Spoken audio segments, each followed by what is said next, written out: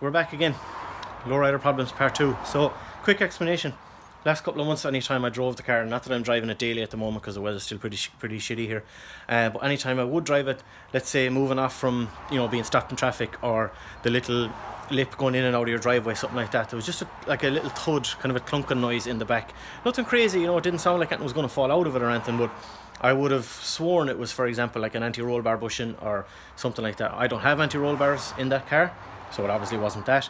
And all the suspension arms are new, and obviously when you buy the new suspension arms, they come with new bushings, so nothing like that was obvious, at least anyway. So, but just this constant little thudding and kind of clunking or over, sometimes it would do it going over a bump, sometimes it wouldn't, so quite annoying. And you know what it's like, sometimes it's very hard to find and diagnose a noise like that.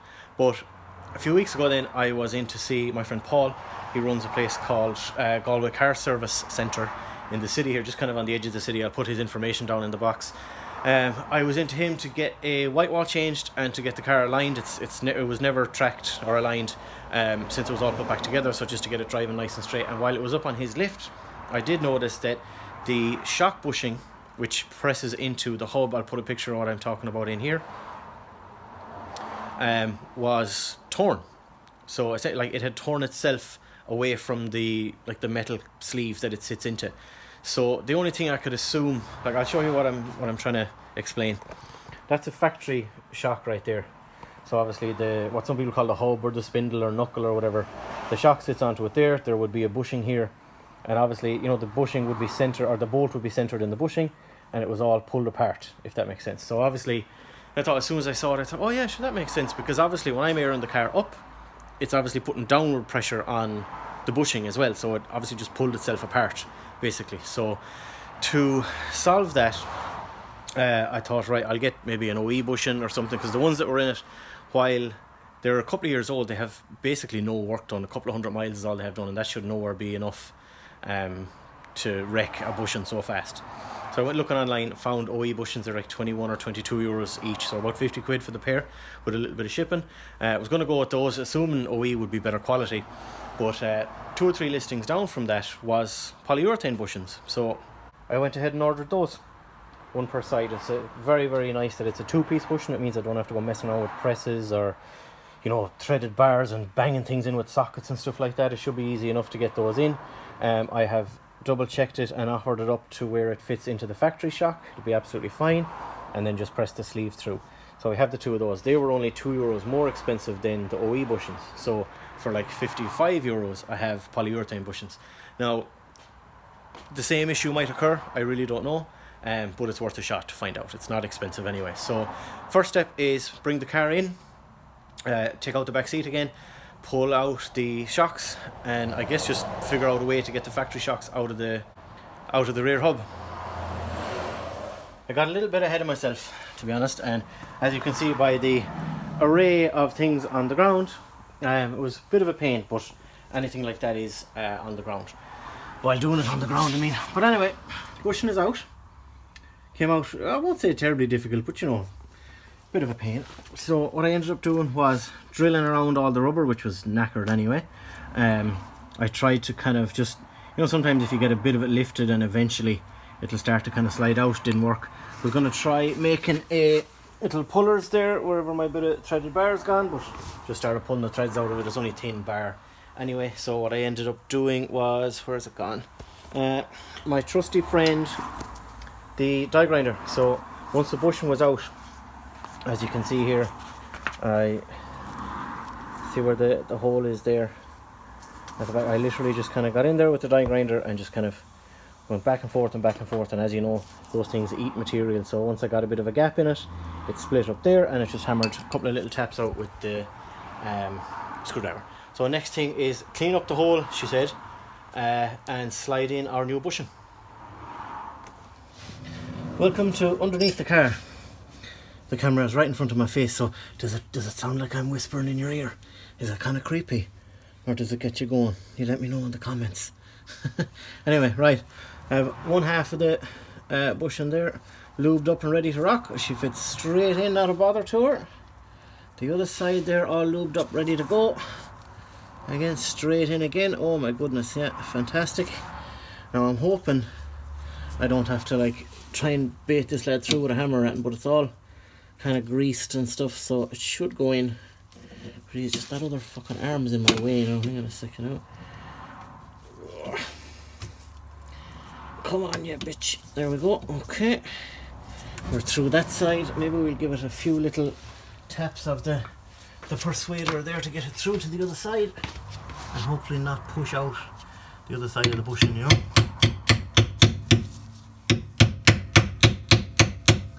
Hell like a glove! Brilliant. Jesus, that's it. Everything should be fucking polybush. That was easy. That was a great job. At least, God forbid, if I end up with the same issue, I can just hammer that out, pop the 2 bits of bushing out. There won't be any of this fucking around with cutting and grinding and fanning around and everything. Okay, that was pretty easy. I don't need to put the shock back in there yet now because I have a couple other things I want to do. Let's move on to the other side and get the bushing out of that side. I'll see you again soon.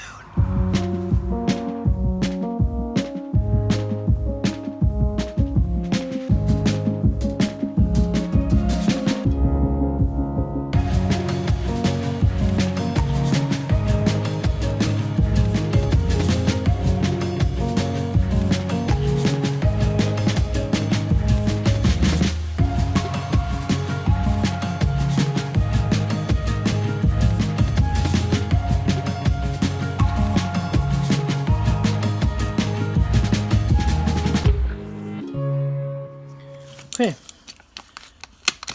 you saw there, all bushing is gone. I cleaned my hole. So, I know it's unlikely, but if anybody watching this has no idea what a polybushing is or what you're supposed to do or whatever, it's essentially like hard plastic, like the name suggests, I guess. So you're supposed to grab a bit of your lube here. You put a little bit just inside there, like you would with a lady. You'd be nice and gentle at the start, at least, anyhow. So we get a little bit in. You put lube in both holes, so we get that nice and lubed up in there. I just noticed as well there's kind of a textured, like knurled piece on the inside of that. I assume that's for it to grab onto the sheath there, whatever you want to call it, the sleeve. That's the word I was looking for. So we'll get another bit here. I don't know if it's as important here on the mating surface or not, but we'll put some on it anyhow. It's not going to do it any harm, at least anyway. Now a lot of people, or at least that I've heard, call polyurethane bushings, they call them squeaky urethane because apparently they can be really noisy and kind of squeaky or whatever, but I guess that's what the lube is for as well. As aside from fitment, it's probably also to eliminate any kind of, or at least lessen any kind of squeaking that would be in it. So I'd say they're lubed up plenty now. That's the 2 of those guys. So I probably don't need to put anything on this, but we'll do it anyway, just for good measure. We will throw this in the bin. We will throw this in the bin. We'll keep that lube there because you never know. I might get lucky one of the days, but I got 2 children, so probably not. So right, let me grab a cloth because I don't want to get greasy stuff all over my phone. Let's put you guys down here again, just for fun. You can see what we're doing. And, oh my goodness, we'll fit this bushing.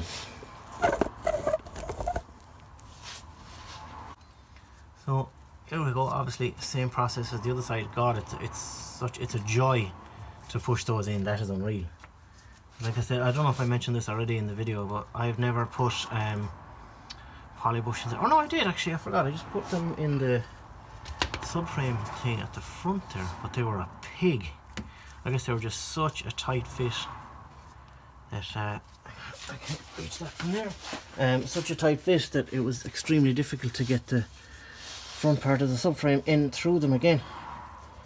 Whereas this, I was about to say this is easy, this is a joy, but it's kind of fighting me a little bit. So bear with me there, and I'll be back to you when it's done. Okay. Right, both bushings are in. Simple enough. Just a bit of a pig getting the old ones out, but like with a lot of things like that, the first one, as you saw, I had every sort of tool trying to get at it, and once you figure out a method, the other side is fine. At the other side, the bushing out and the other one in, the polybushing in 20 minutes. It's straightforward enough.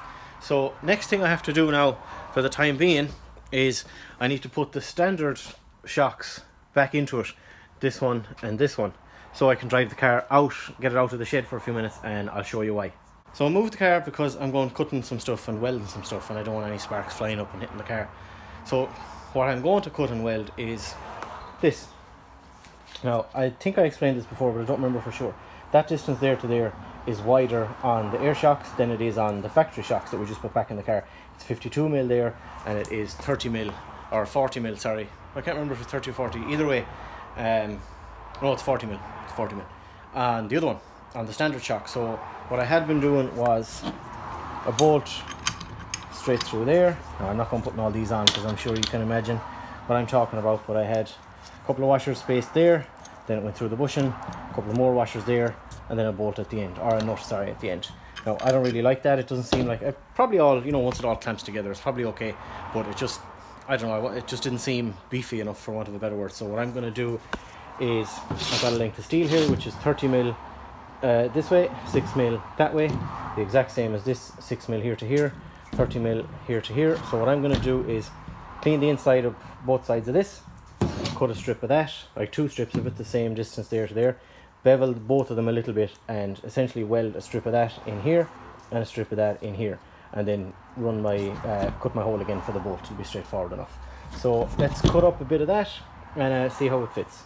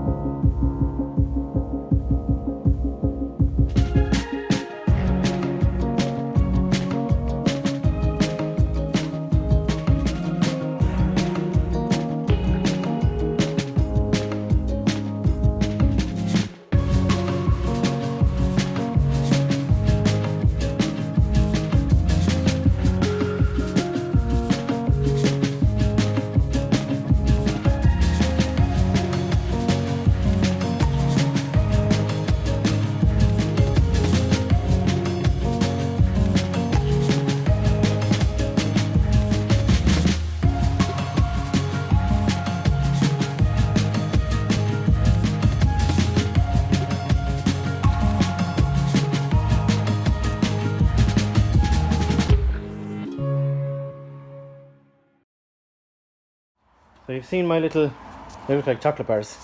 So I have put a bit of a V in the leg of the shock as well. You can see there. Now this will all be clamped on. I don't know if it's even necessary. I don't know if that's enough, whatever. Either way, it should be fine. Now I cut them a little bit long so I can trim them to shape nicely, and once they're on, you know, I'll drill the hole then accordingly and all that. That will be fine. That's straightforward enough. So the next thing now is to find an easy position to get these in, to start tacking them on, and then take it from there. Okay, I'm going to try and take you along for this one. So welder set up, I'm earthed, I have a bunch of rags and my welding gloves and stuff put over the bag in hopes to try and kind of prevent any sparks or anything like that landing on it. We're going to clamp that guy there, get him nice and tight. Feels about the same either way, so I'm going to run a tack there, flip it over, same the other side. Cool, I have a rag with a bit of water on it there. We'll cool that down. It may not be necessary to weld the whole way down, I don't know, but I think I'll do it anyway. Just very slowly, obviously, because again, compared to a normal shock, at least I don't know what kind of seals and stuff are in there, but we'll figure it out. So if it looks like I don't know what I'm doing, it's because I don't know what I'm doing. But we're sure as hell gonna figure it out. Okay. Let's get a light. You can see a little bit better. Is that kind of in your way? No. Cool. Right. Wait, let's go. of those. Okay, here we go.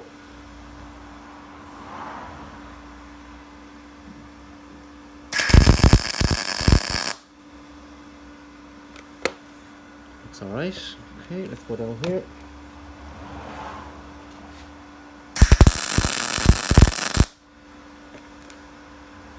Okay. I'll just give that a little. Probably not necessary to cool it down or anything, I don't know, but I've seen people doing it, so why not?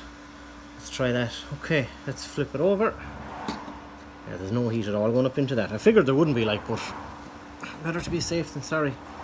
So let's flip it over.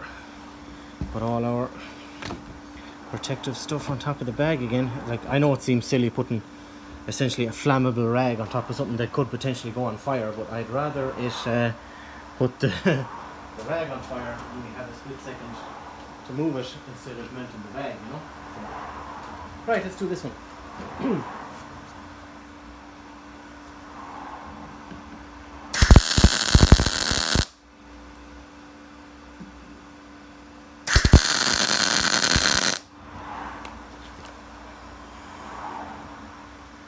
Okay, I guess they look alright. I don't know, again, like I've said before, I have no real training in welding or anything like that, so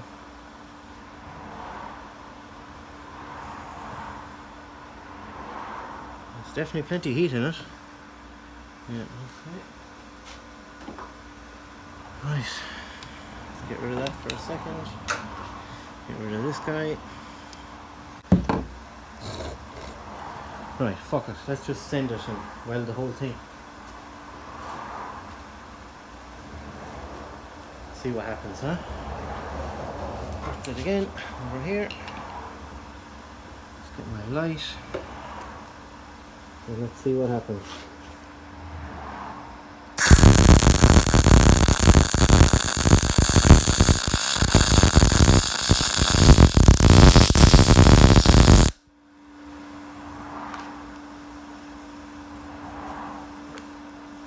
Okay, I've gone off a little bit, but that's alright. We can fix that.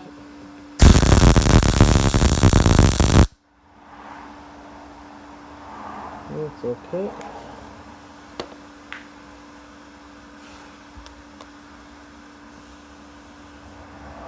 Cool that down a little bit. Now realistically, probably not even that important. I probably could just use them as a spacer and just, you know, put them in there. But I guess it's no harm to have them welded. Like, they'd be clamped together with the bolt anyway, but fuck it, like, I may as well weld it, you know.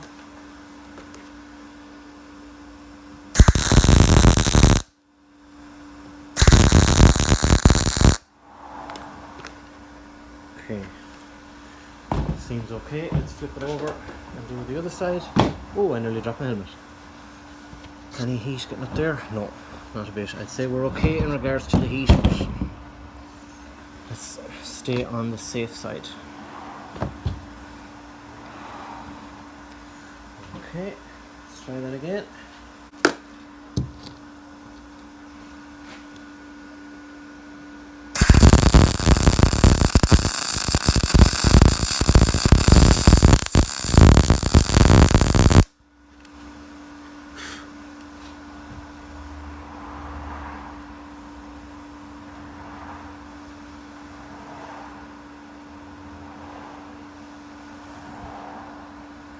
A little warm there, but not bad. Let's put a little bit in here.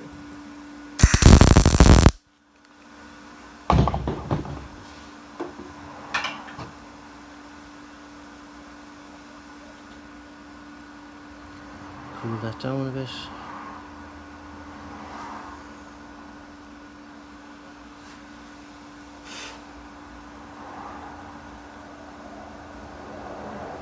Yeah, seems okay, I guess. All you experts out there will be able to tell me a lot better. It's obviously crooked because I'm not great at it, but you know, it's on there. So I guess next step now is to we'll flip this over and clean down this side so I can put my earth there and do the opposite side. So let's stick on a bit of time lapse and I'll be back to you when everything is done.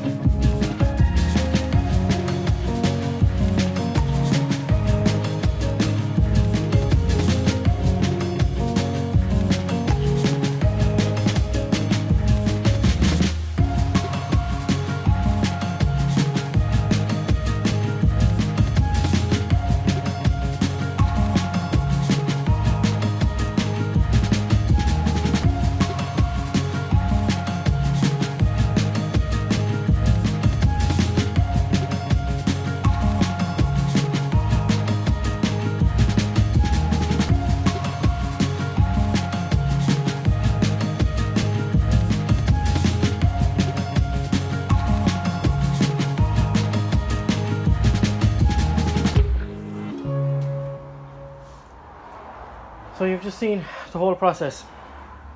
So we'll give you a little comparison between the two. That's obviously the normal one.